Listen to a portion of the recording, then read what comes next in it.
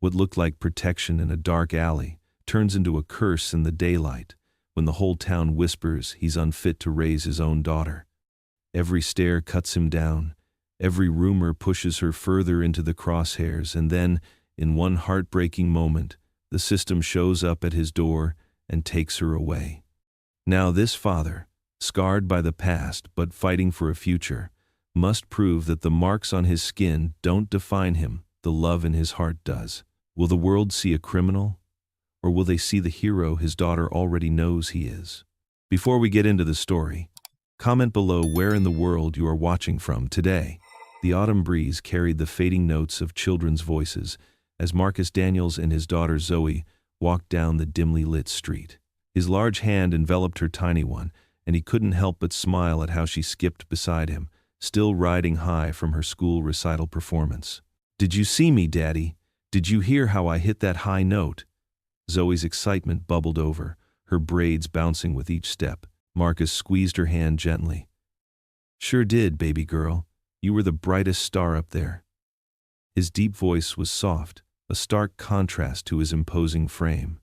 The streetlights cast long shadows across his face, highlighting the weariness in his eyes that had seen too much during his time behind bars. They turned down their usual shortcut, an alley that would get them home faster. Marcus had walked this route 100 times, but tonight something felt different. The hair on the back of his neck stood up, and his grip on Zoe's hand tightened instinctively. That's when he heard them, footsteps, multiple sets, scuffing against the concrete behind them. Before he could react, more shadows appeared at the other end of the alley. His heart dropped as 4 young men emerged from the darkness, wearing hoodies and mean smirks. "Well, well, what do we have here?" One of them called out, his voice dripping with false friendliness. The others spread out, forming a loose semicircle. Marcus pulled Zoe behind him, his body tensing. He could feel her small hands clutching the back of his jacket. "We don't want any trouble," he said firmly, trying to keep his voice steady for Zoe's sake. "Ain't about what you want, big man," another thug sneered, taking a step closer. "Empty your pockets, nice and slow." Marcus's mind raced. He had maybe $40 in his wallet, all that was left until payday. But money wasn't what worried him. It was Zoe trembling behind him, her face pressed against his back. He'd promised himself when he got out that she'd never have to see violence again. "Listen," Marcus started, raising his hands slowly. "My daughter's here, just let us—" He reached out in a calming gesture, and that's when it happened. His jacket sleeves slid back, revealing the intricate tattoos that covered his forearm, marks from his past life, symbols he'd earned during his darkest days behind bars. The nearest thug's eyes widened. He took a stumbling step backward, nearly tripping over his own feet. "Yo, hold up," he hissed to his friends. "Look at those tats." The others noticed too. Marcus could see the recognition in their eyes, not of him specifically, but of what those marks traditionally meant. The complex patterns told stories of time served, of respect earned the hard way. "Man, I know those signs," one of them whispered urgently. "That's serious time right there, real serious." The leader's cocky demeanor crumbled. "We don't want no beef with your people, man," he said, backing away. "We're cool, right? We're all cool here." Just like that, the predators became prey. They scattered like leaves in the wind, their footsteps echoing off the brick walls as they ran. Within seconds, the alley was empty except for Marcus and Zoe. The irony wasn't lost on Marcus. These marks on his skin, reminders of choices he'd give anything to take back, had just protected his daughter. He stood there for a moment, his hands shaking slightly, before turning to Zoe. Her eyes were wide, but not with fear. She looked up at him with something he'd never seen before. Pure awe. Marcus knelt down in front of her, his heart still racing. "You okay, baby girl?" Instead of answering, Zoe threw her arms around his neck. She hugged him tight, and he could feel her small body trembling slightly. But when she spoke, her voice was strong and clear. "Daddy, you're my hero." Those words hit Marcus like a physical blow. He wrapped his arms around his daughter, holding her close, trying to hide the tears that sprang to his eyes. Pride and shame warred in his chest. Pride at being able to protect her. Shame at the circumstances that had given him the means to do so. The tattoos that had saved them tonight were marks of his failures, remnants of years lost to poor choices and harder consequences. Yet here was his daughter, seeing past all that, seeing only a father who kept her safe. A hero. The word felt foreign, undeserved. Marcus buried his face in Zoe's hair, breathing in the familiar scent of her strawberry shampoo. His daughter's love was pure, unconditional. She saw him not as the world did, but as the man he was trying to be. In her eyes, the very marks of his shame had become symbols of protection. He held her tighter, this precious girl who could find light, even in the darkest parts of him. A flicker of pride warmed his chest, immediately followed by a wave of guilt. Would she still call him hero if she knew the full story behind each tattoo? If she understood the pain and violence they represented? But for now, in this moment, he was simply her daddy, her protector, her hero. And maybe, just maybe, that was enough to keep trying, to keep walking the straight path, to be worthy of the faith she placed in him. Morning sunlight filtered through the worn curtains of their small apartment kitchen, casting warm patches on the faded linoleum floor. Marcus stood at the stove, spatula in hand, carefully flipping pancakes while Zoe sat at their small kitchen table, swinging her legs and recounting last night's events with childlike enthusiasm. And then they just ran away, Daddy. Like whoosh! Zoe spread her arms wide, nearly knocking over her glass of orange juice. Like they saw a ghost or something. Marcus caught the glass just in time, steadying it with a gentle hand. Careful there, baby girl. He slid 2 golden brown pancakes onto her plate, arranging them into a smiley face with banana slices for eyes and a strip of bacon for the mouth. But it was so cool, Zoe continued, picking up her fork. They were all tough and scary at first, but then they saw your arms and she mimicked their expressions, eyes wide and mouth hanging open in an exaggerated look of terror that made Marcus chuckle despite himself. That's enough about last night, Marcus said softly, sitting down across from her with his own plate. Sometimes bad things happen, but what matters is that we're safe now. Zoe nodded, mouth full of pancake. 'Cause you're my superhero, Daddy. Marcus felt that familiar mix of warmth and discomfort at her words. He watched as she devoured her breakfast, her innocent joy, making the small kitchen feel brighter somehow. The morning routine was their special time, just father and daughter, before the world could intrude with its judgments and complications. After breakfast, Marcus helped Zoe get ready for school, carefully braiding her hair the way her mother had taught him years ago. His large fingers had become surprisingly deft at the task, though it had taken months of practice and plenty of patient guidance from YouTube tutorials. All set, he announced, securing the last elastic band. Got everything in your backpack? Yep. Zoe hefted her purple backpack, decorated with unicorn stickers. Math homework, reading book, and my recorder for music class. The walk to school was short, just 3 blocks through their working-class neighborhood. As they approached the school gates, Marcus noticed the shift in atmosphere. Parents who had been chatting casually fell silent as he passed. A mother pulled her child closer to her side. Someone whispered something he couldn't quite hear, but the tone was clear enough. Marcus kept his head high, though he felt each stare like a physical weight. He'd gotten used to this treatment since his release, the sideways glances, the subtle distancing, but it never stopped hurting. Have a great day at school, baby girl, Marcus said, kneeling to give Zoe a hug. He could feel the other parents watching, probably wondering what a man like him was doing at their children's school. Bye, Daddy, Zoe called out cheerfully, seemingly oblivious to the tension around them. She skipped toward the school entrance, her braids bouncing. Marcus was about to turn away when he heard it, a boy's voice, loud and cruel. Look, it's the daughter of a thug, another child chimed in. My mom says her dad's dangerous. He's got prison tattoos. Marcus froze, his heart clenching as he watched Zoe's steps falter. Her shoulders slumped, and even from behind, he could see how she seemed to shrink into herself. My dad says we shouldn't play with her, a girl added. He says criminals never really change. Zoe's head dropped lower with each comment. She clutched her backpack straps tighter and hurried inside, no longer skipping. Marcus wanted nothing more than to rush in there, to defend his daughter, to tell those children and their prejudiced parents that they didn't know him, didn't know what was in his heart. But he knew that would only make things worse. Instead, he stood there, fists clenched at his sides, watching helplessly as his daughter disappeared into the building. That evening, after a quiet dinner where Zoe barely touched her favorite mac and cheese, Marcus followed their bedtime routine. He helped her into her pajamas, read her favorite story, and tucked her into bed beneath her colorful quilt. But tonight was different. As he leaned down to kiss her forehead, Zoe's small voice stopped him.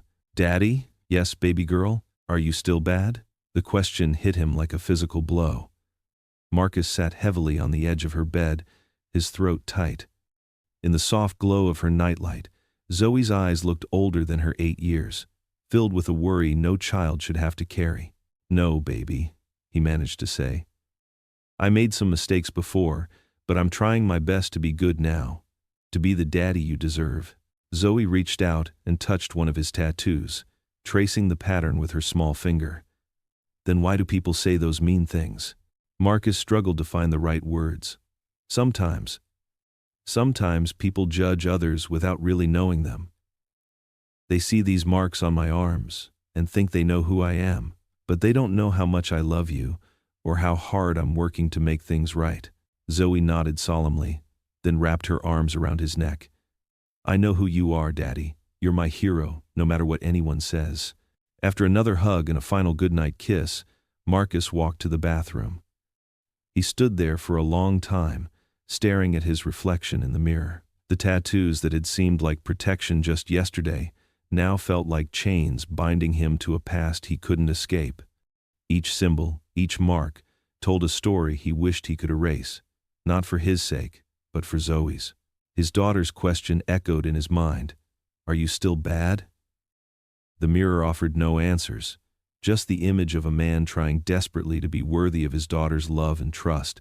The next morning, Marcus's phone buzzed during his work break at the construction site. The caller ID showed Zoe's school number. His heart skipped a beat as he answered. "Mr. Daniels?" The secretary's clipped tone made his stomach tighten. "Principal Lawson needs to see you immediately regarding Zoe." Marcus wiped the sweat from his forehead with his sleeve. "Is Zoe okay?" "She's fine. The principal just needs to discuss some concerns." "How soon can you be here?" 20 minutes later, Marcus sat in the school's main office, his work boots leaving dusty marks on the polished floor. His construction vest felt out of place among the neat educational posters and gleaming trophy cases. Parents passing by gave him sideways glances. Principal Lawson's door opened. "Mr. Daniels, please come in." The office was cool and pristine, with certificates lining the walls. Principal Lawson, a middle-aged white man in a crisp suit, sat behind his desk, hands folded. A woman in a business suit sat in one of the chairs, a folder open in her lap. "This is Mrs. Reynolds from the school board," Principal Lawson said, not offering Marcus a seat. "We need to discuss some concerns about Zoe's home situation." Marcus remained standing, his hands clasped in front of him. "What concerns?" Mrs. Reynolds cleared her throat. "Mr. Daniels, we've received reports about an incident last night involving you and some local youth." "I was protecting my daughter," Marcus said quietly. "The report suggests you threatened these young men with intimidation tactics." Principal Lawson's eyes flickered to Marcus's tattooed arms. This kind of behavior raises questions about Zoe's home environment. Marcus felt heat rise in his chest. "I walked my daughter home from her recital. We were cornered. I didn't threaten anyone. They ran when they saw my tattoos." "Yes, about those tattoos." Mrs. Reynolds pursed her lips. "Mr. Daniels, you must understand how your appearance affects the school's image. Several parents have expressed concern." "My appearance?" Marcus's voice was barely a whisper. Principal Lawson leaned forward. "We have a reputation to maintain. Children are impressionable. When parents see a man with prison tattoos dropping off their children's classmate, I served my time, Marcus said, his hands trembling slightly. I'm working hard, raising my daughter right. She's well fed, loved, getting good grades. No one's questioning your effort, Mrs. Reynolds interrupted. But perhaps Zoe would benefit from a more stable environment. There are programs, support services. You're talking about taking my daughter? Marcus's voice cracked. Principal Lawson's face hardened. We're talking about what's best for Zoe. Your history, your appearance, these recent incidents, they all suggest an unsuitable environment for a young child. Marcus straightened his back, fighting to keep his voice steady. I love my daughter. Everything I do, every hour I work, every meal I cook, every story I read her, it's all for her. She's my whole world. Love isn't always enough, Mr. Daniels, Mrs. Reynolds said softly. Children need stability, security, a proper environment. My daughter has all that, Marcus interrupted. She has a roof over her head, food on the table, and a father who would die for her.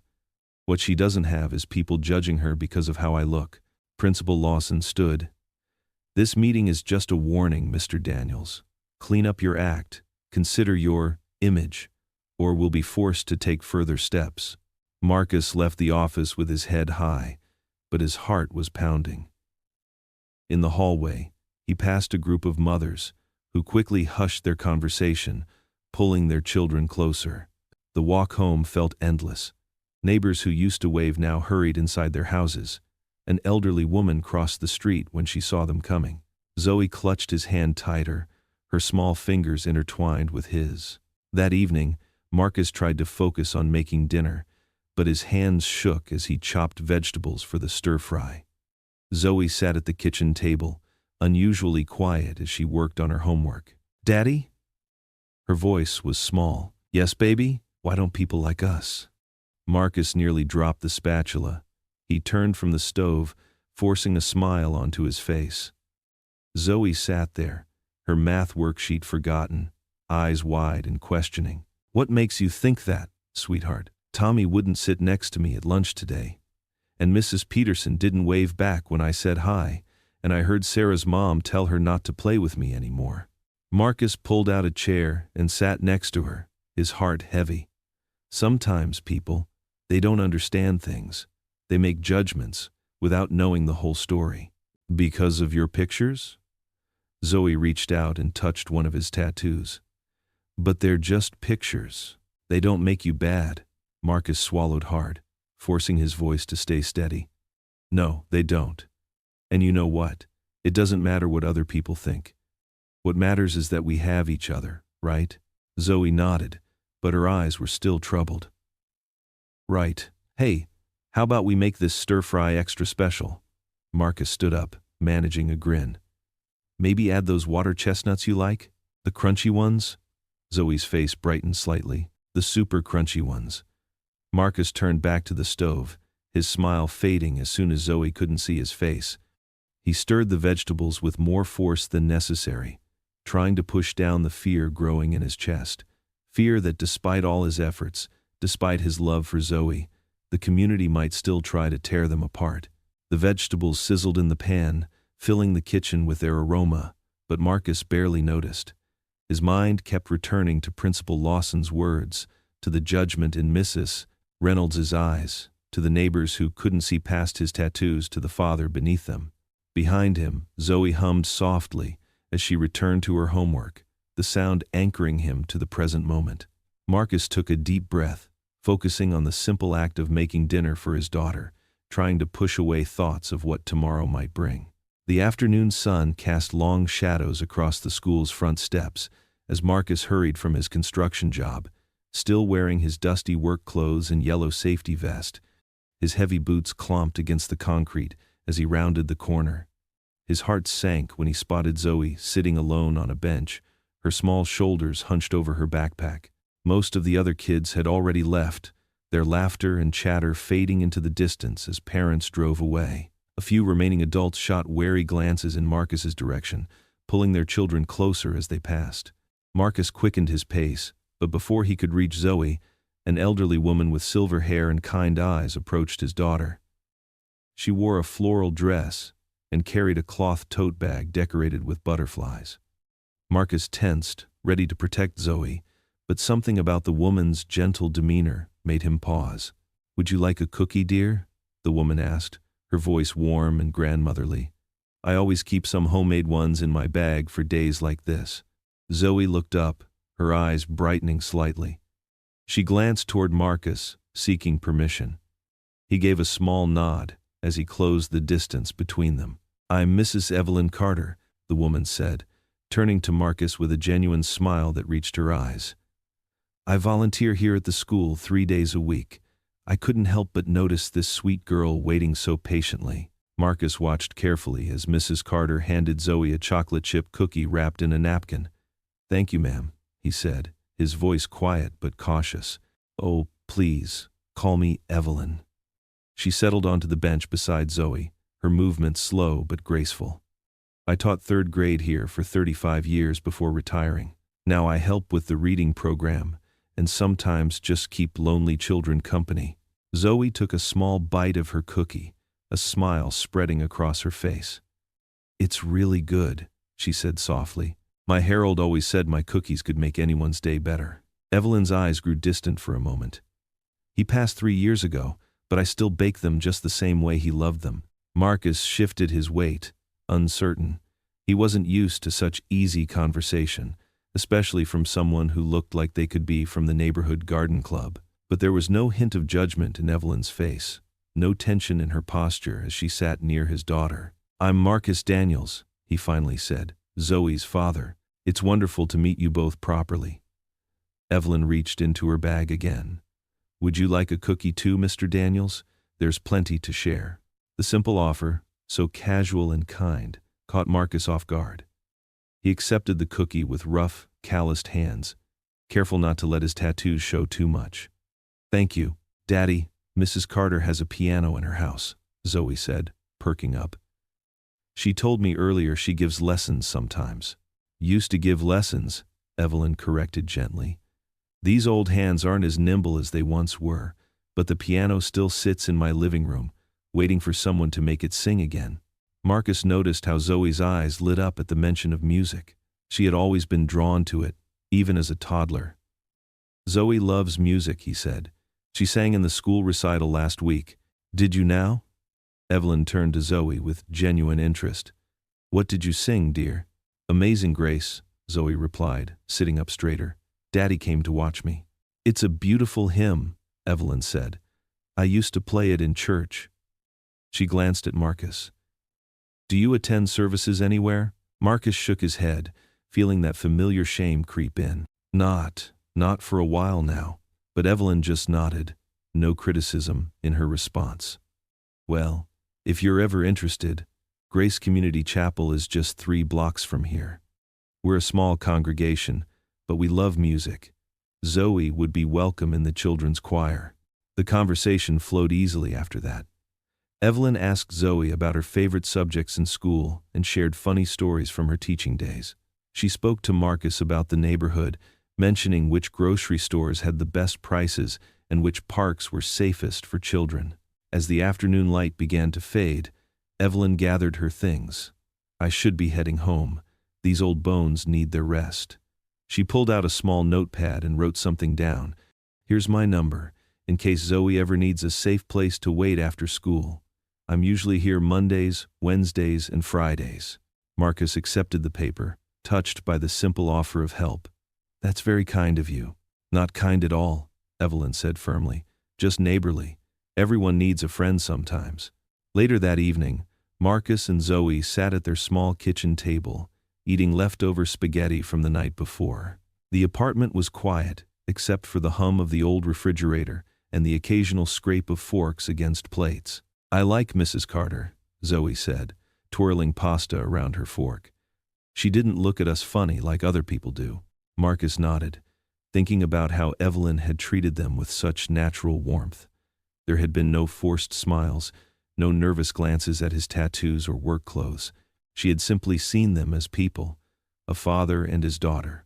"Her cookies were really good too," Zoe continued, then looked thoughtful. "Do you think she gets lonely since Mr. Carter died?" Marcus considered this. remembering the brief flash of sadness in Evelyn's eyes when she mentioned her husband. Maybe she does, baby. Maybe that's why she likes helping at the school. Can we say hi to her again tomorrow? Zoe asked hopefully. She said she's only there 3 days a week, Marcus reminded her. But yes, when we see her we can say hi. He watched his daughter finish her dinner, noticing how she seemed lighter than she had been that morning. The memory of Evelyn's kind face and gentle words stayed with him, a small crack of light in what had felt like a darkening world. For the first time in days, Marcus felt something loosen in his chest, a tiny spark of hope that maybe, just maybe, not everyone would judge them by appearances alone. Marcus's hands trembled as he held the official-looking envelope. The morning sun streamed through his apartment's small kitchen window, but the warmth didn't reach the cold fear spreading through his chest. The Child Protective Service's letterhead glared up at him, its bold black letters seeming to pulse with threat. He had just dropped Zoe at school, promising to pick her up on time. Now, standing in his tiny kitchen, the words on the page blurred before his eyes, concerns raised about the safety and welfare of minor child Zoe Daniels. Investigation into living conditions and parental fitness.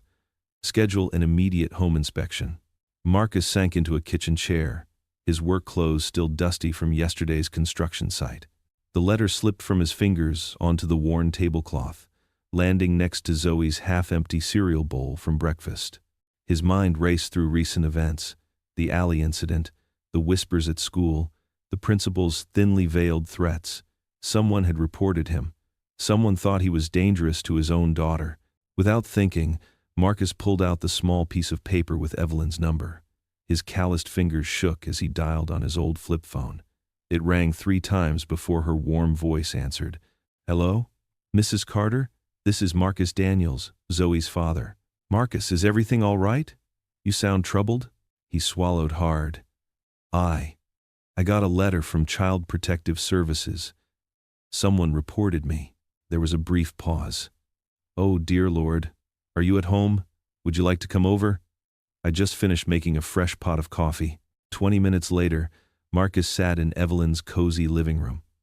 The space was filled with old photographs, worn furniture that spoke of years of use, and the promised piano against one wall. The coffee in his hands was hot and strong, grounding him in the moment.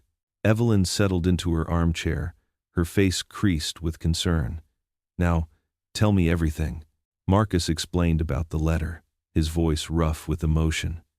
He described his fears, his anger at being judged without a chance to defend himself. As he talked, Evelyn listened intently, nodding at times, her eyes never leaving his face.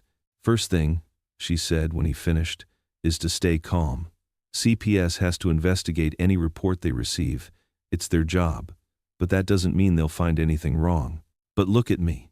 Marcus gestured to himself, to his tattoos visible beneath his short-sleeved shirt. "They'll take one look and decide I'm exactly what everyone thinks I am." "No," Evelyn said firmly. "They'll look at your home, at how you care for Zoe, at her school records. They'll see a father who works hard, who never misses a school event, who makes sure his daughter has everything she needs." Marcus rubbed his face. "I can't lose her, Mrs. Carter. She's everything to me." "Then show them that." Evelyn leaned forward. "Document everything. Keep receipts for groceries, school supplies, clothes. Make sure your apartment is clean and safe. Show them you're organized and responsible." "What about my record?" Marcus asked quietly. "They'll look that up." "Yes, they will," Evelyn acknowledged. "But they'll also see that you've stayed clean since your release, that you have steady employment, that you're involved in Zoe's education." She stood up and walked to her bookshelf, pulling out a small notebook. "Here, let's make a list of everything you need to prepare." They spent the next hour planning. Evelyn helped Marcus organize his thoughts, suggesting ways to demonstrate his stability as a parent. She even offered to be a character reference if needed. "The most important thing right now," Evelyn said as they finished their second cup of coffee, "is to keep Zoe's routine normal. Children pick up on our stress. She needs to feel secure." Marcus nodded, feeling slightly more grounded. "Thank you, Mrs. Carter.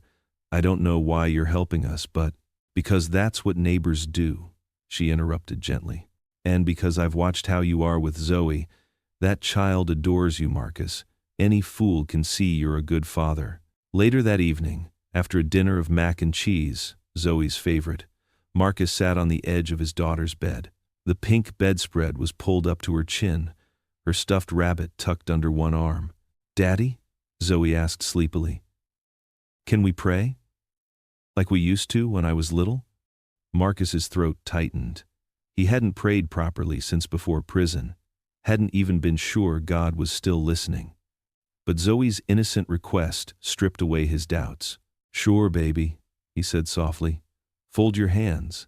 Zoe immediately clasped her small hands together, eyes closed tight in concentration. Marcus took a deep breath and closed his own eyes. "Dear God," he began, his voice rough and uncertain. "Thank you for this day. Thank you for Zoe, for keeping her safe and happy." He paused, struggling with the unfamiliar words. "Please help me be the father she needs. Help me protect her and guide her right. And thank you for Mrs. Carter's cookies," Zoe added solemnly. A small laugh escaped Marcus's lips. "Yes, and for Mrs. Carter's cookies. Amen." "Amen," Zoe echoed brightly. She opened her eyes and beamed at Marcus as if he'd just performed the most amazing feat in the world. "That was a good prayer, Daddy." Marcus leaned down and kissed her forehead, breathing in the sweet smell of her strawberry shampoo. "Time for sleep now, baby girl. Can we pray again tomorrow night?" she asked, snuggling deeper under her covers. "Every night if you want," Marcus promised, his heart full at her simple joy in their shared moment of faith. He switched on her rainbow nightlight and stood in the doorway, watching as her breathing evened out into sleep. The prayer had felt clumsy on his lips, years of rust making the words come slow and awkward. But Zoe's smile, her complete acceptance of this stumbling attempt at spiritual guidance, had made him feel like maybe, just maybe, he wasn't failing as badly as he feared. Marcus stood at the bottom of the worn stone steps leading to First Community Church, his boots feeling heavier with each passing second. The white wooden building wasn't particularly large or fancy, but to him, it felt as imposing as a courthouse. Zoe tugged at his hand, practically bouncing with excitement in her Sunday dress, the one Evelyn had helped them pick out at the thrift store earlier that week. "Come on, Daddy." Zoe pulled harder. "Mrs. Carter said they have the best songs." Marcus adjusted the collar of his only dress shirt, painfully aware of how his tattoos peeked out at the wrists. He'd tried his best to cover them, but there was only so much long sleeves could do. Taking a deep breath, he followed Zoe up the steps. The moment they stepped through the heavy wooden doors, the quiet murmur of conversation dimmed. Heads turned, and Marcus felt the weight of dozens of eyes on him. Some gazes were openly suspicious, mothers pulling their children closer. Others merely looked curious, stealing quick glances before turning away. "Marcus, Zoe," Evelyn's warm voice cut through the tension. She emerged from a cluster of older ladies, her face bright with welcome. "I'm so glad you made it." Zoe rushed to hug her, and Marcus noticed how some of the tension in the room eased at Evelyn's obvious acceptance. She was respected here. That much was clear from the way people watched her embrace his daughter. "We saved you seats right here," Evelyn gestured to a pew about halfway down. Marcus slid in, grateful to be away from the doorway where he'd felt so exposed. Zoe settled between him and Evelyn, her small legs swinging happily. The organ music started, and a middle-aged woman in a flowing blue dress approached Zoe. "Would you like to join the children's choir? We're singing today." Zoe looked up at Marcus with pleading eyes. He nodded, and she practically skipped after the choir director. He watched as she joined a group of children at the front, some of whom he recognized from her school. A few shifted away slightly, but others smiled and made room. The service began with hymns Marcus hadn't heard since his childhood, when his grandmother used to take him to church. The memories hit him harder than he expected.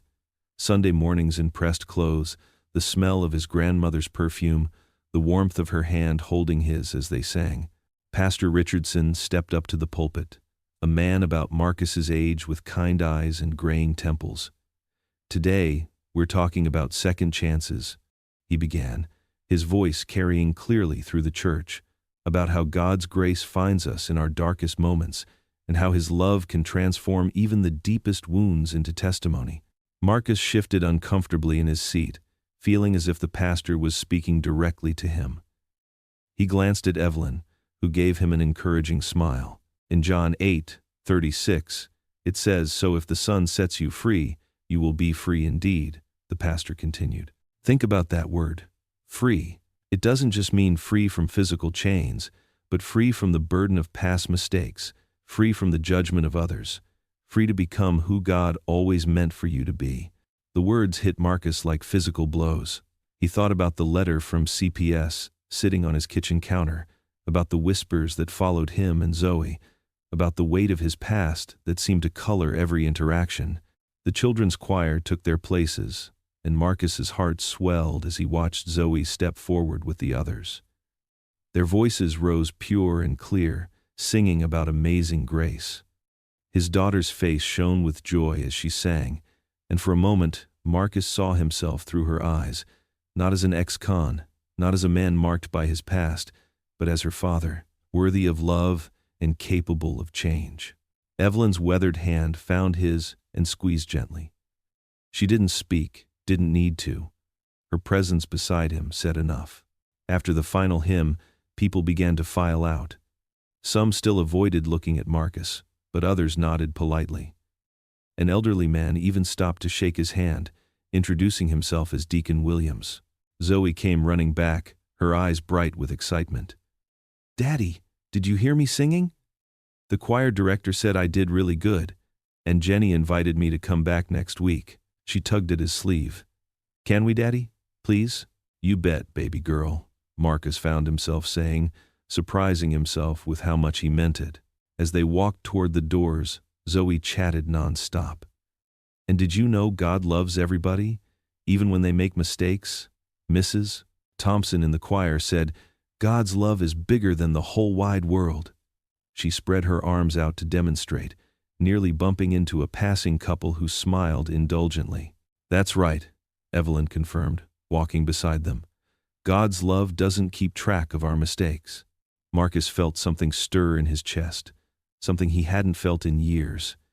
It was small and fragile, like an ember that had somehow survived a long winter, but it was there. Faith. Not the simple, unquestioning faith of his childhood, but something new and tentative, born of desperation and hope. Zoe's words tumbled out faster than ever as they reached the bottom of the church steps. "And Jesus forgives everybody, Daddy. Just like how I forgive Tommy at school when he took my crayon.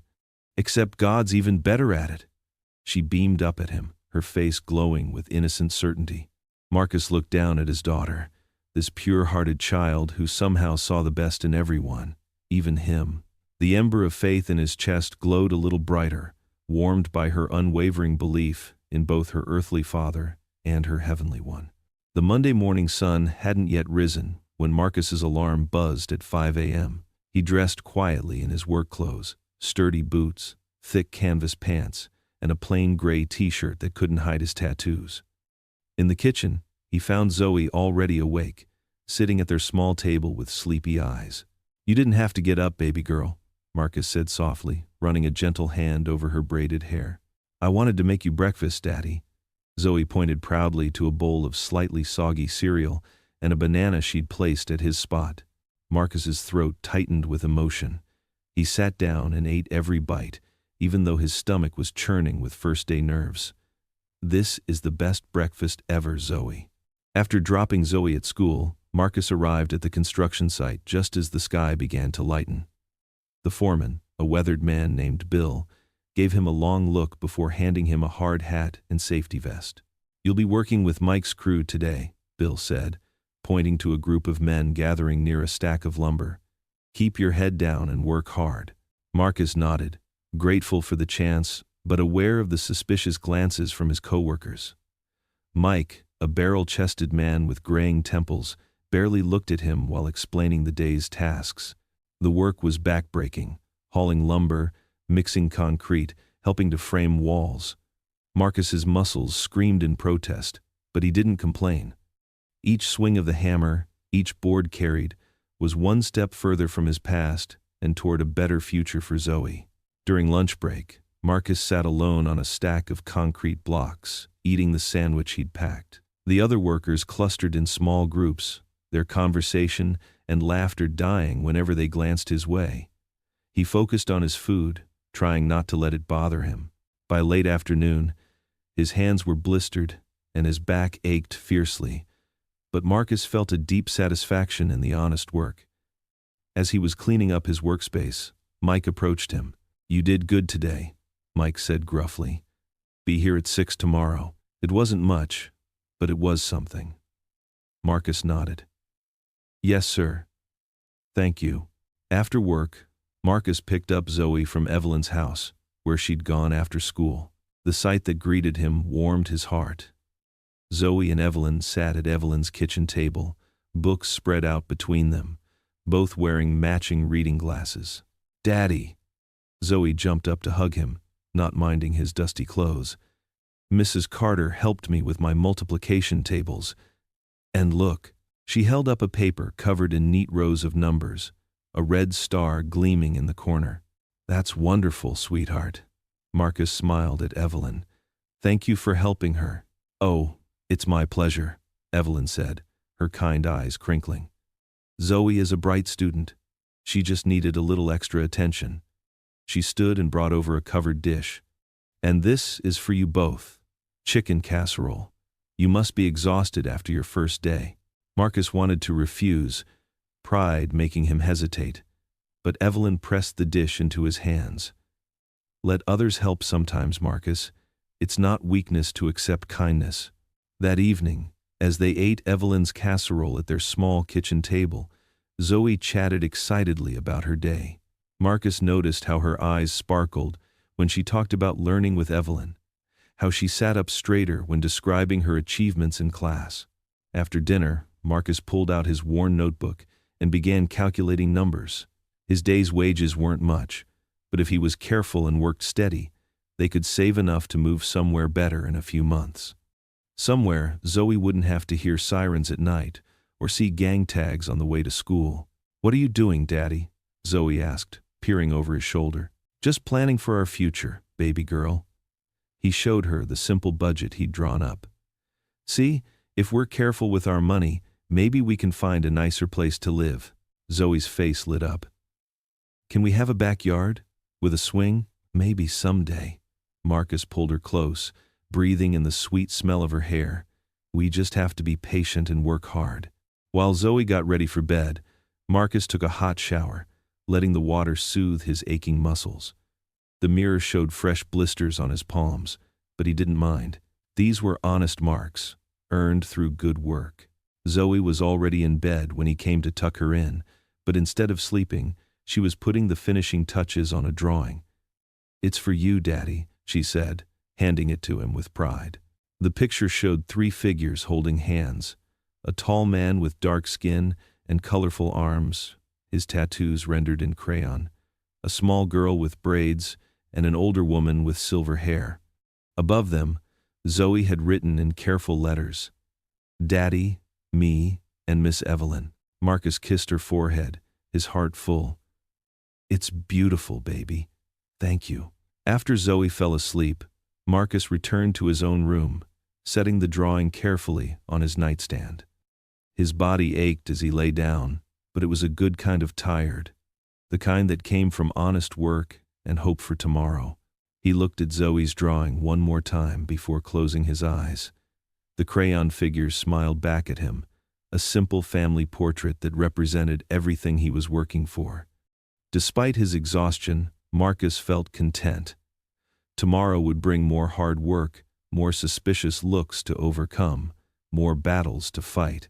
But tonight, in this moment, he had his daughter's love, Evelyn's support, and the satisfaction of knowing he was on the right path. Marcus drifted off to sleep, with his hand resting near the drawing, his worker's calluses just beginning to form, and dreams of a better future filling his mind.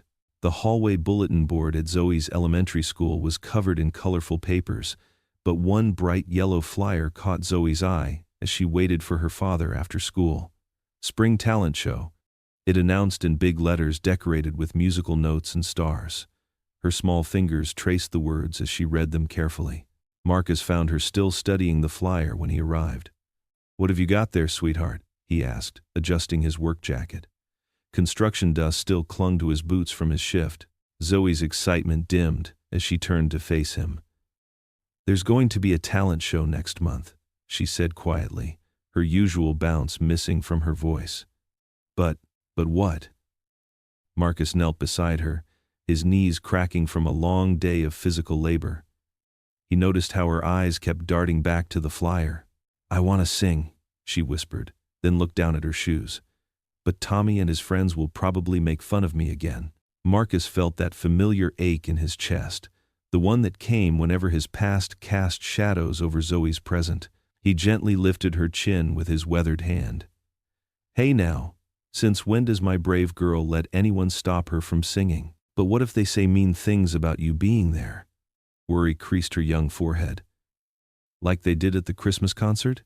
Marcus swallowed hard, remembering the whispers and stares at the last school event, but he forced a smile, determined not to let his daughter see his pain. "Tell you what, I promise I'll be right there in the front row, and nothing anybody says is going to change that." Later that evening, while Zoe did her homework at Evelyn's house, now a regular part of their routine, Marcus mentioned the talent show to the older woman as she prepared tea in her warm, familiar kitchen. "That child has a beautiful voice," Evelyn said, setting down 2 steaming mugs on her worn kitchen table. "Reminds me of the choir at church when I was young."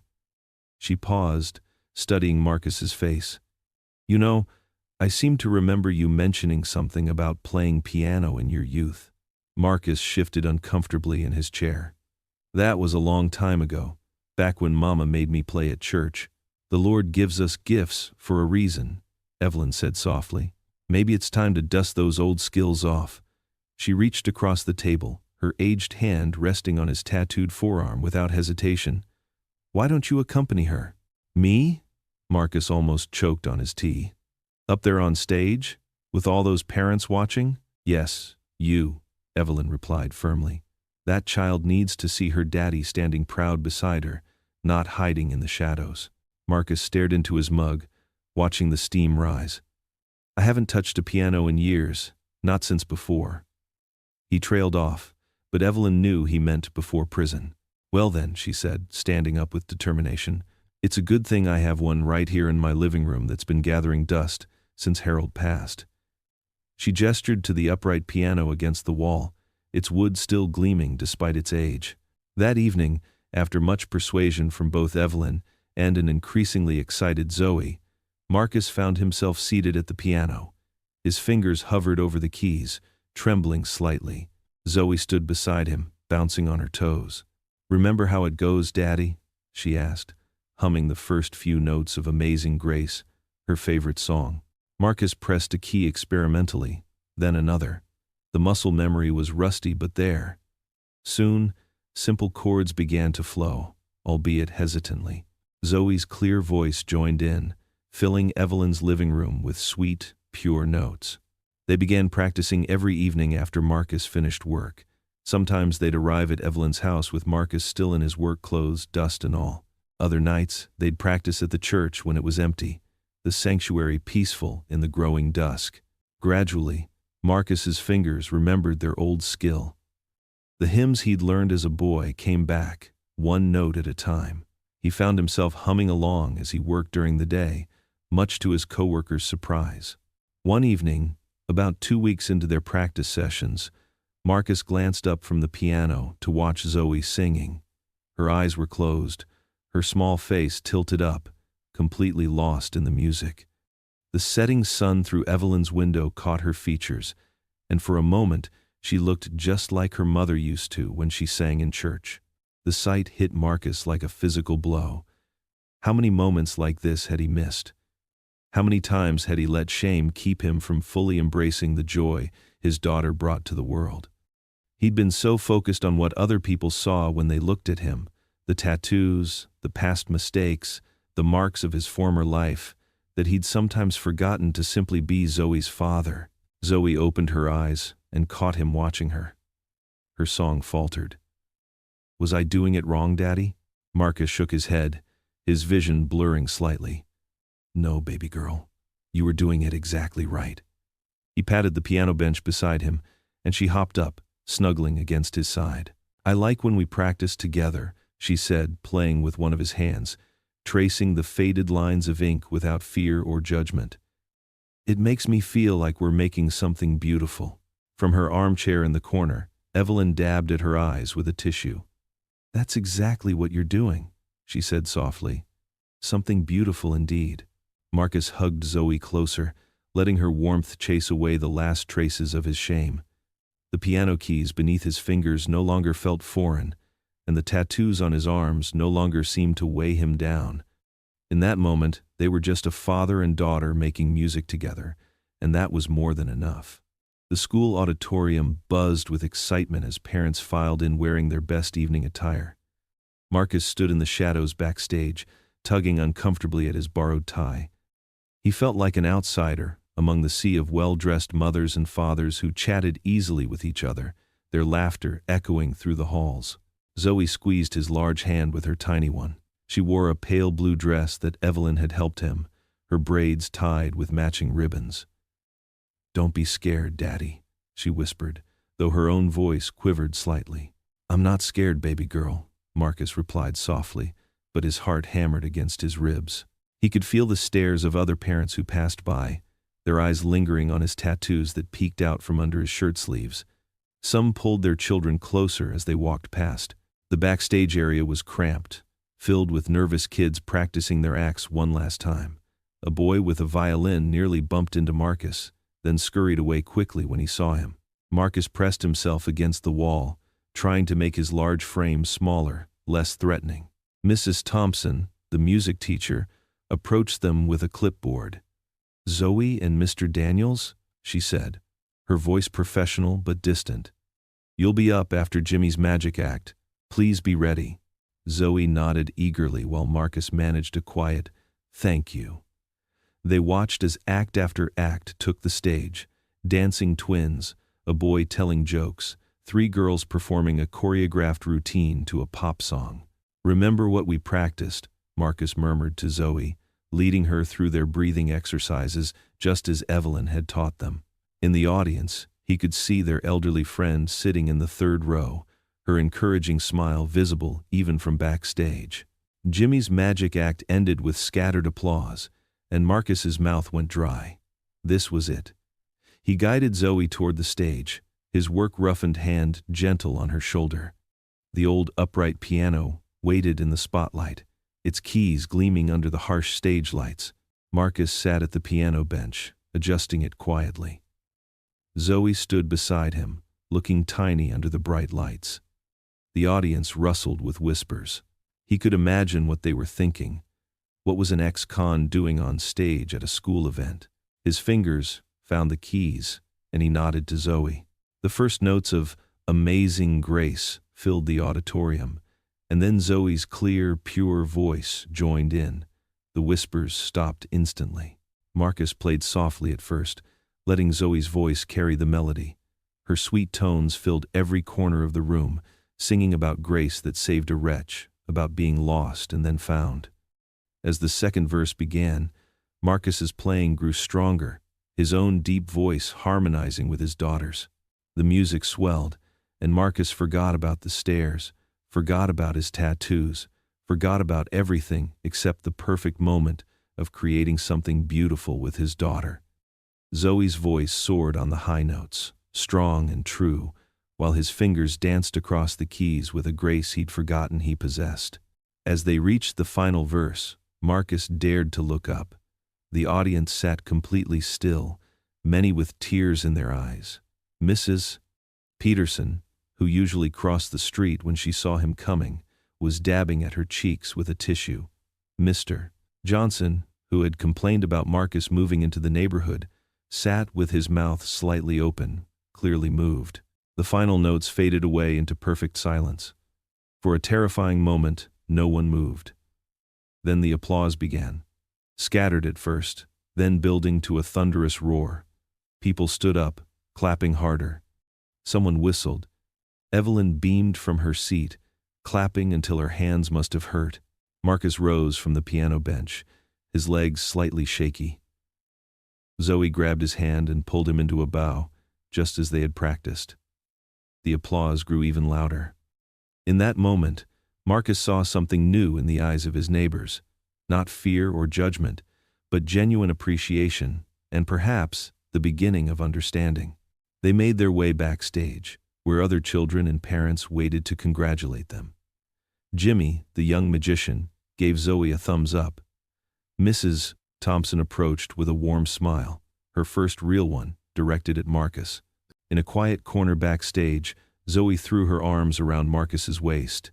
"See, Daddy? They love us now," she whispered, her face glowing with joy and pride. Marcus hugged her back, his heart so full it felt like it might burst. For this one shining moment, he felt accepted, valued, seen for who he truly was. Not an ex-con, not a threat, but simply a father who loved his daughter. He held on to that feeling, knowing how precious and rare it was, savoring every second of their triumph together. The streetlights cast long shadows as Marcus and Zoe walked home from the talent show, their footsteps light with joy.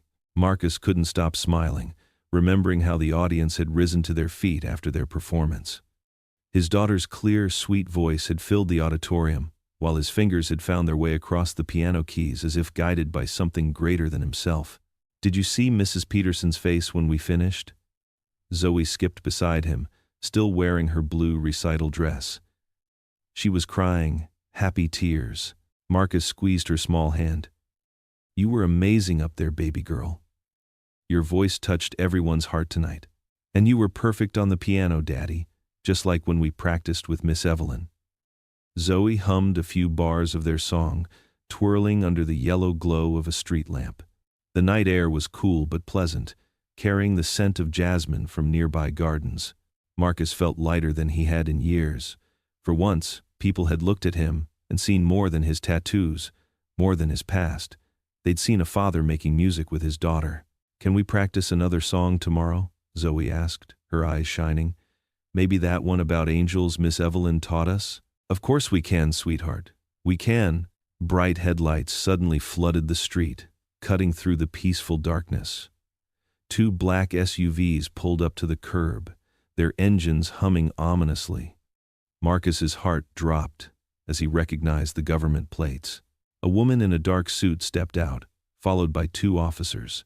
She held a manila envelope in her hands, her face set in a professional mask. "Mr. Daniels?" Marcus instinctively pulled Zoe closer. "Yes? I'm Sandra Martinez from Child Protective Services." She extended an ID badge. "We've received a serious complaint regarding your daughter's safety and well-being." "What? No, there must be some mistake." Marcus's voice cracked. "We just came from her school talent show. Everything's fine." The woman's expression didn't change as she pulled papers from the envelope. "We have a temporary custody order. We need to take Zoe into protective care while we investigate the allegations." "Daddy?" Zoe's grip on his hand tightened. "What's happening?" Marcus knelt beside her, his whole body trembling. "It's going to be okay, baby. These people just need to ask some questions." But his voice betrayed his fear. "Mr. Daniels, please step aside," one of the officers said firmly. "No, please." Marcus's eyes burned with tears. "She's all I have.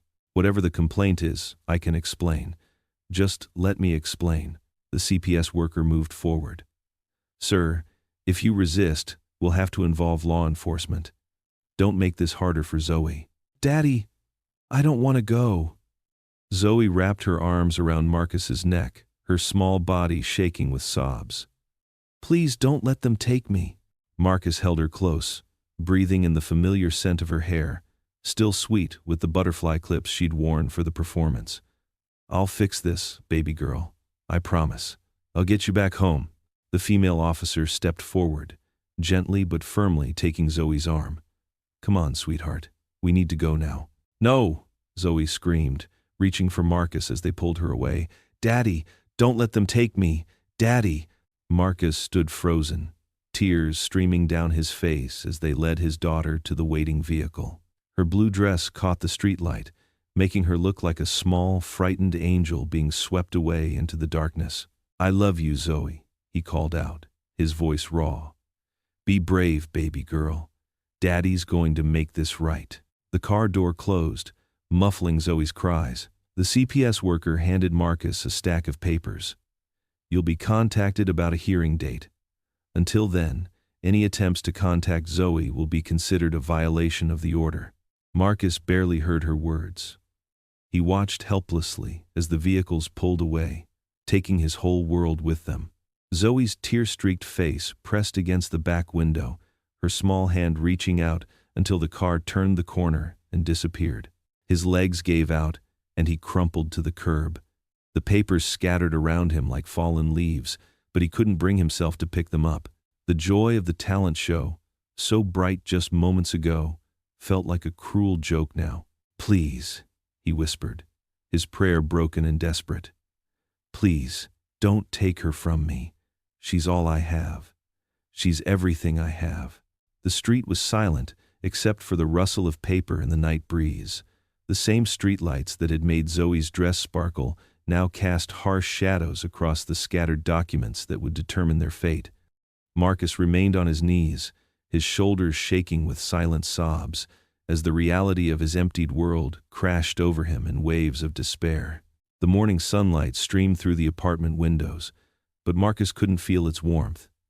He sat motionless at the kitchen table, staring at Zoe's empty chair. Her half-finished drawing from yesterday still lay on the table, a picture of their family singing together at the talent show. The silence in the apartment was deafening. The colorful magnets on the fridge that usually held Zoe's artwork seemed to mock him now. Her backpack still hung by the door where she'd left it. The sight of it made his chest tighten. Marcus reached for his coffee mug with trembling hands, but it had gone cold hours ago. He hadn't slept all night. A gentle knock at the door startled him. "Marcus? It's Evelyn," came the familiar voice.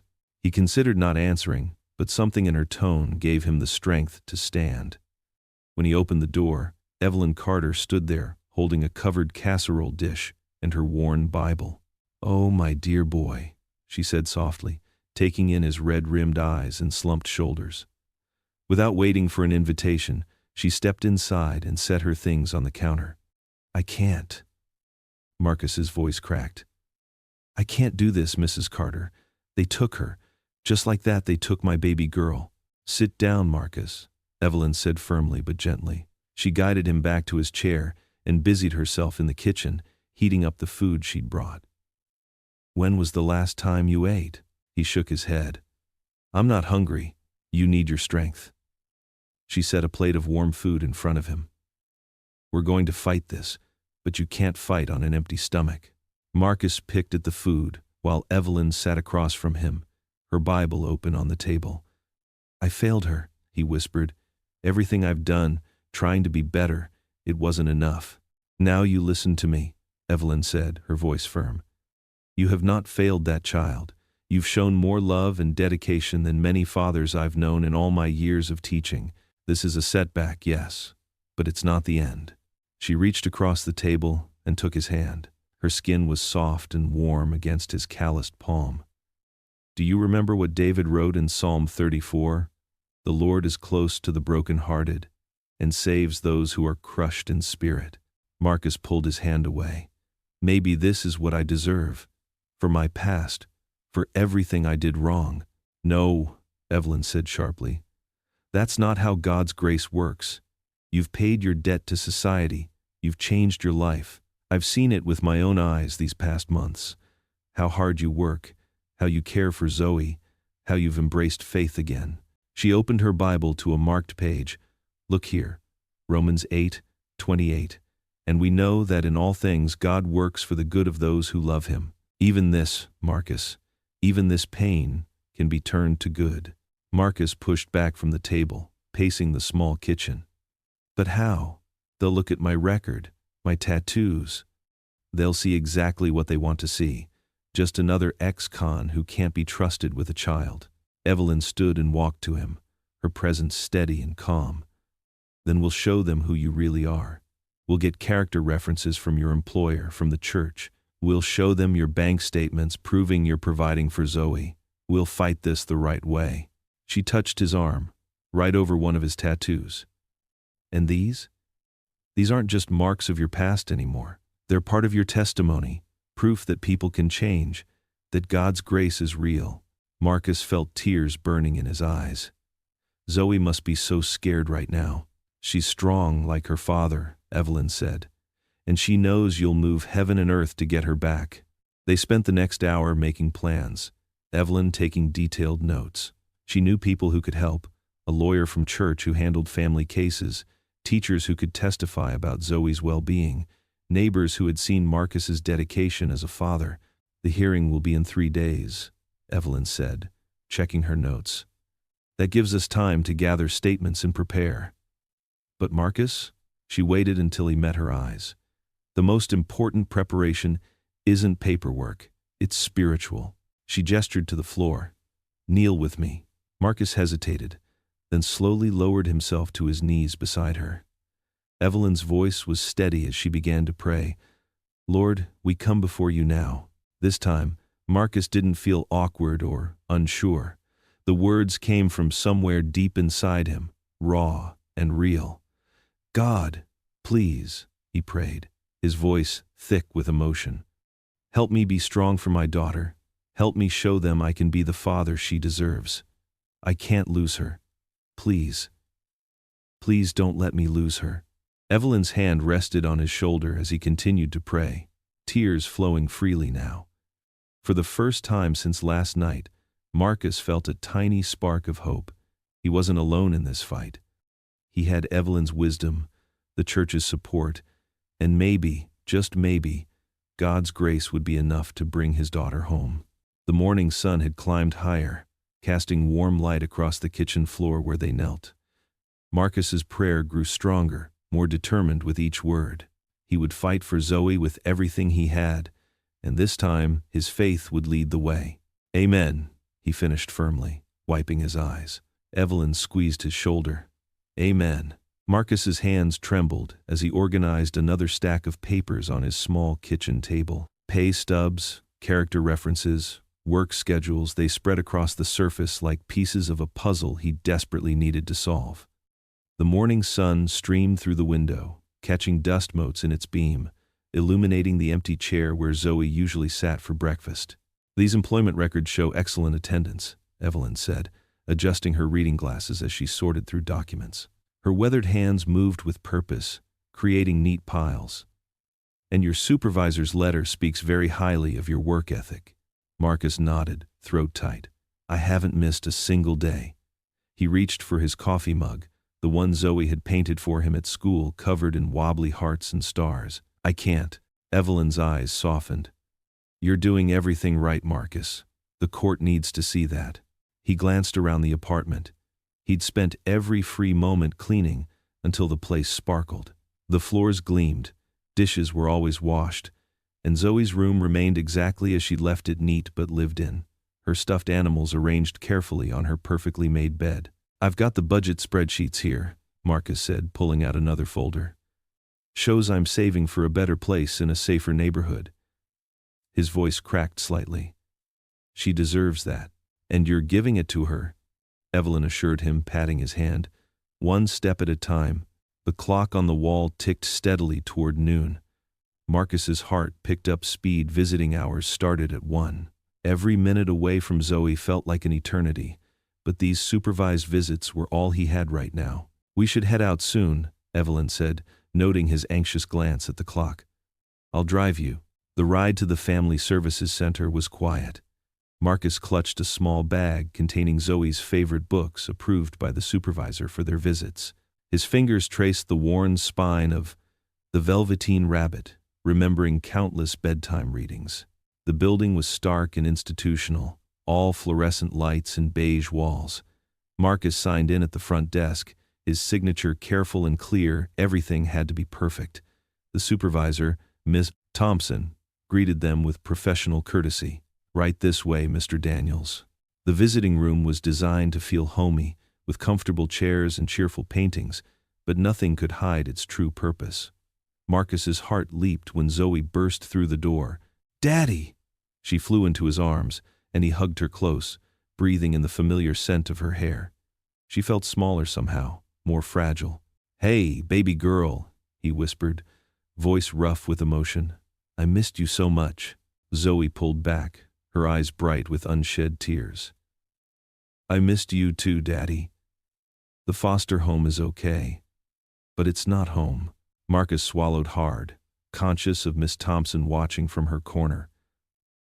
I brought your books. Want to read together? Zoe nodded eagerly, settling into his lap like she had 1,000 times before. Marcus opened The Velveteen Rabbit and began reading, his deep voice steady despite the ache in his chest. They spent the hour reading, talking about school, and drawing pictures together at the small table. Zoe showed him her latest math test, an A+ with a gold star. Mrs. Carter's been helping me study, she explained. She visits me at the foster home sometimes. Marcus shot a grateful look at Evelyn, who smiled gently from her chair by the wall. She'd been a bridge between them, keeping Zoe connected to her normal routines as much as possible. I'm so proud of you, sweetheart, Marcus said, touching the gold star gently. You're being so brave. Zoe's lower lip trembled. When can I come home, Daddy? The question pierced his heart. Marcus took her small hands in his, looking directly into her eyes. I'm doing everything I can, Zoe. I promise you that. I will fight for you no matter what. You promise? Her voice was small but hopeful. I promise. He squeezed her hands. Nothing in this world matters more to me than you. Miss Thompson cleared her throat softly. 5 minutes left. Marcus felt Zoe stiffen in his arms. These endings were always the hardest part. He helped her gather her drawings and tucked them carefully into a folder for her to take back. I love you, baby girl, he said, hugging her one last time. Be good, okay? Keep working hard at school. I love you too, Daddy. Zoe clung to him for a moment longer before Miss Thompson gently led her toward the door. Marcus stood at the window, watching as Zoe walked down the hallway toward the exit. She turned back, waving with a brave smile that didn't quite hide her sadness. He waved back, maintaining his composure until she disappeared from view. Only then did he let his shoulders slump, the weight of separation crushing down on him once more. Evelyn's hand touched his arm, steady and reassuring. Come on, she said softly. We've got more work to do. Marcus straightened his shoulders, drawing strength from Zoe's brave smile. He couldn't break down, not now, not when she needed him to be strong.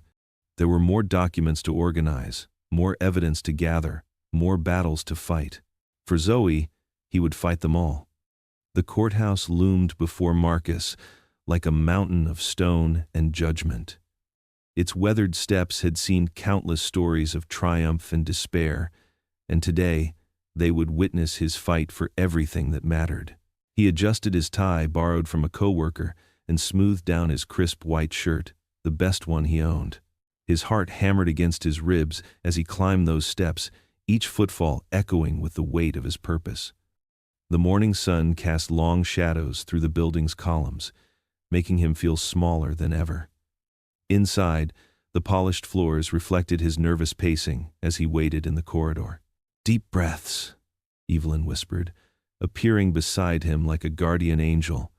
Her presence steadied him, as it had so many times before. She wore her Sunday best, a powder blue dress, and a small pearl necklace that caught the fluorescent light. What if they only see what they want to see? Marcus's voice was barely audible, thick with fear.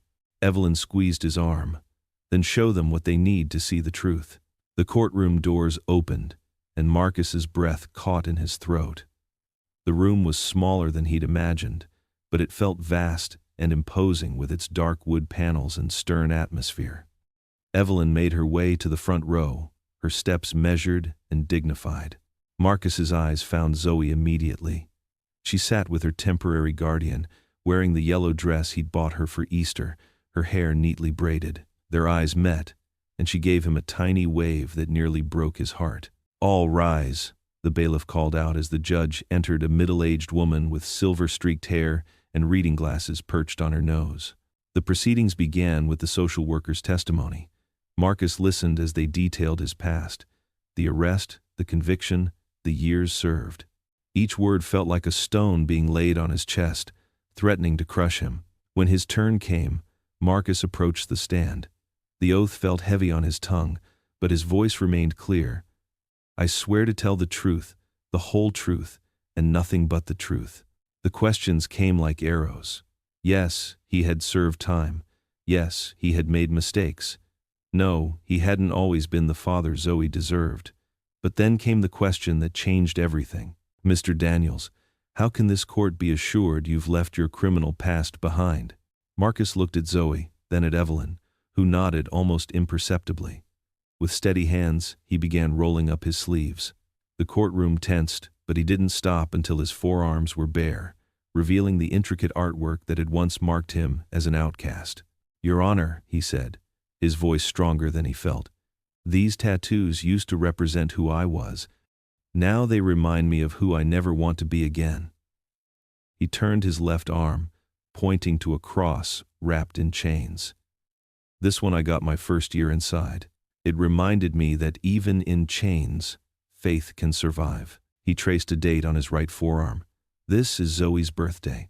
I missed her first steps, her first words, all because of my choices. Every morning when I see it, I remember what my mistakes cost me." The judge leaned forward, her expression unreadable.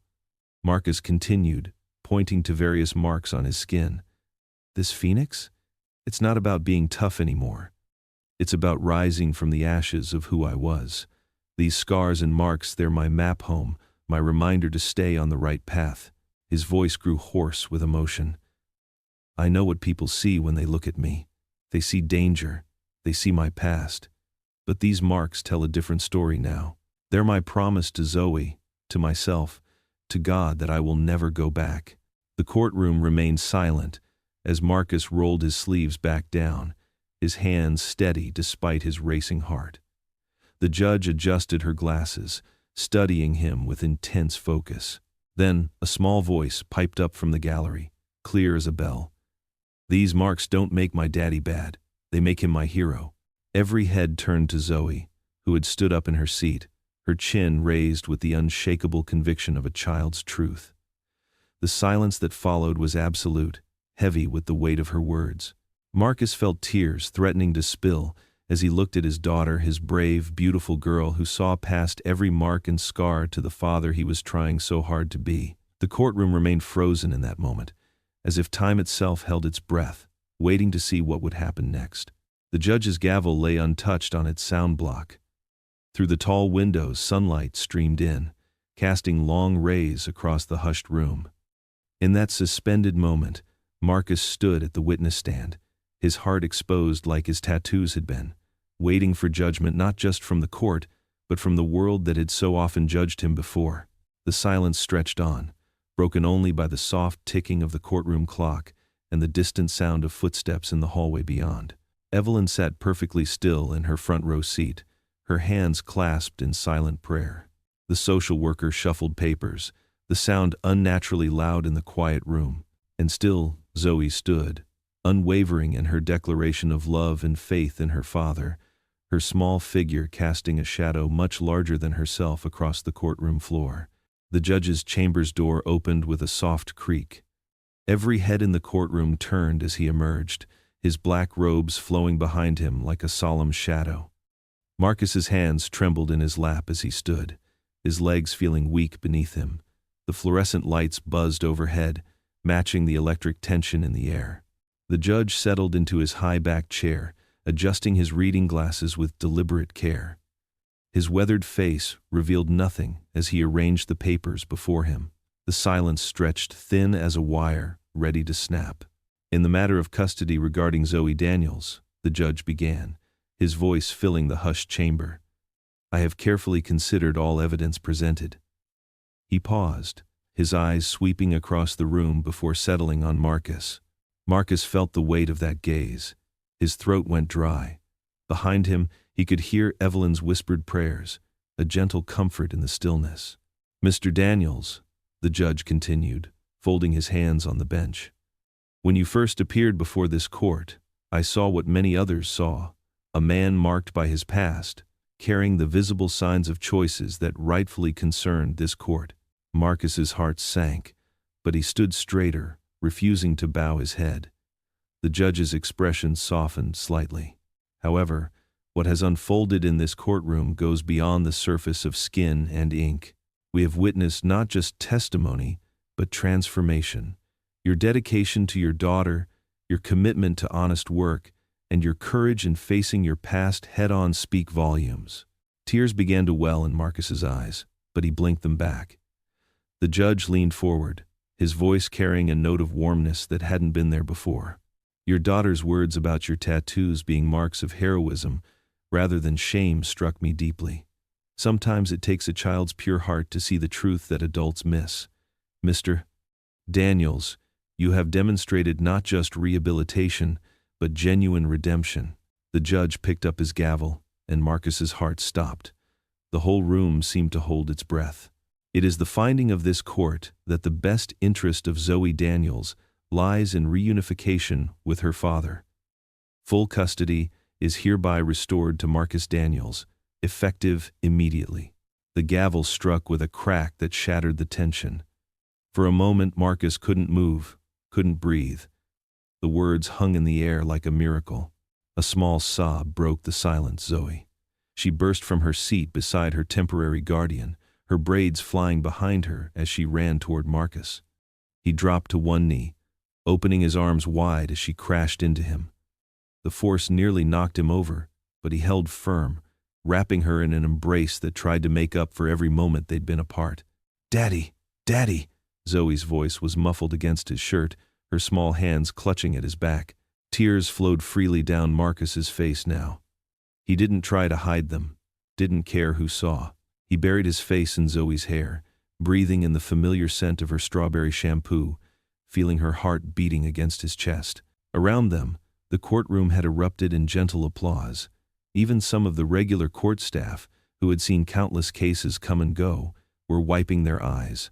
The social worker who had initially removed Zoe was smiling, nodding in approval. Evelyn's hand touched Marcus's shoulder, and he looked up to see her face shining with tears and joy. "Praise God," she whispered, her voice thick with emotion. The judge allowed the moment to continue, watching with what looked suspiciously like moisture in his own eyes. Finally, he cleared his throat. "This court is adjourned. Mr. Daniels, take your daughter home." Marcus stood, lifting Zoe with him. She wrapped her legs around his waist, refusing to let go, not that he wanted her to. They made their way out of the courtroom, accepting handshakes and pats on the back from strangers who had been moved by their story. The morning sun greeted them as they stepped outside the courthouse. The spring air was sweet with new possibilities. Marcus set Zoe down on the top step but kept her close, kneeling to look into her eyes, those beautiful brown eyes that had never stopped believing in him. "We made it, baby girl," he whispered, his voice rough with emotion. His hands, calloused from honest work, gently cupped her face. "By God's grace, we made it." Zoe's smile was brighter than the sun overhead.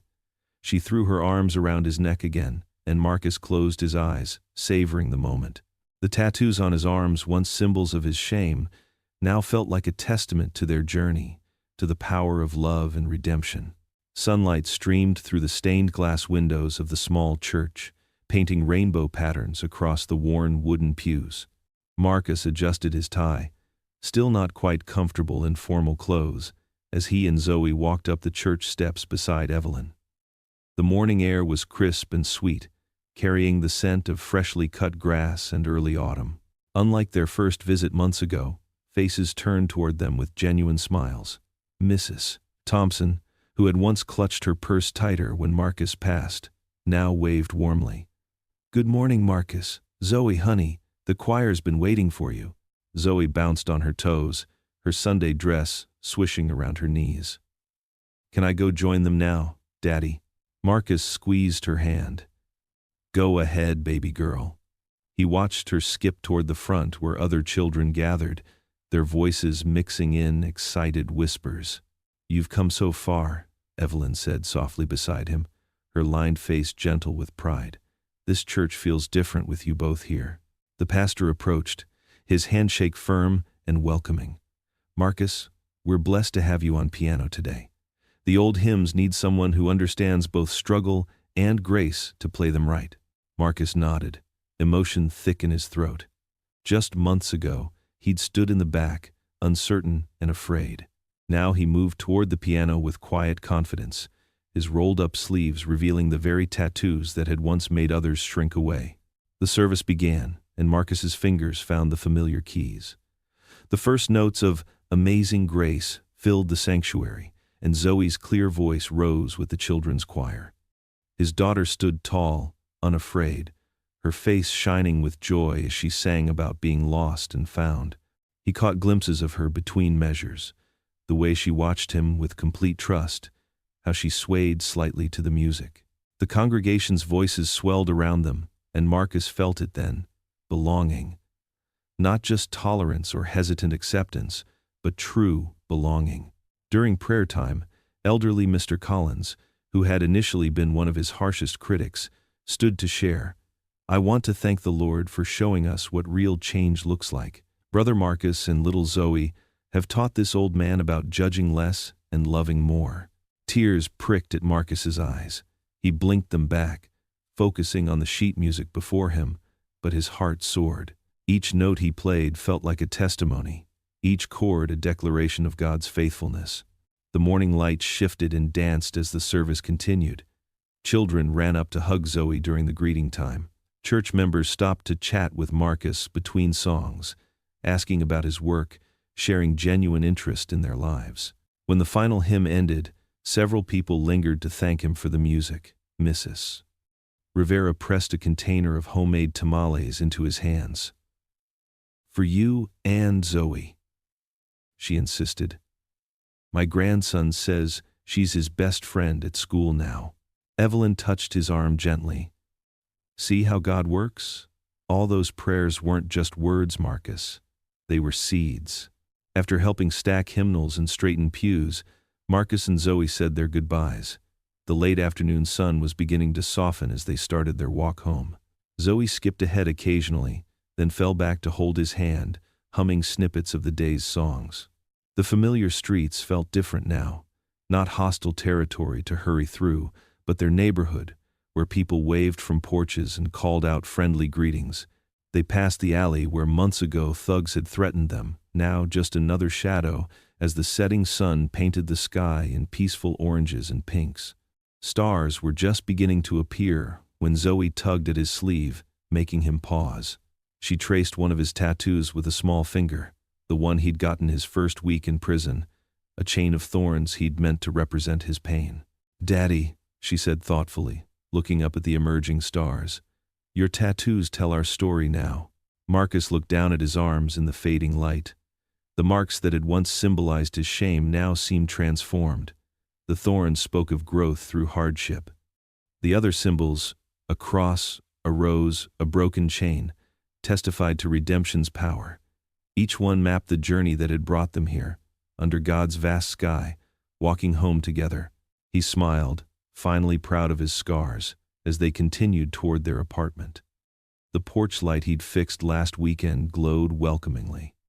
Through their window, he could see the dinner table where they'd share those tamales, the wall covered with Zoe's artwork, the piano they'd bought secondhand for practice. Their home, hard-won, precious, and filled with hope. Marcus and Zoe climbed the steps together, each footfall a reminder of how far they'd come. His key turned in the lock, opening the door to their bright new future. What would you do if you were in their place? Comment your answer below, and let's see how you'd rewrite the ending. If you enjoyed the story of Marcus Daniels, I hand-picked the next story that you will enjoy. Please don't miss this one. Click here to watch it.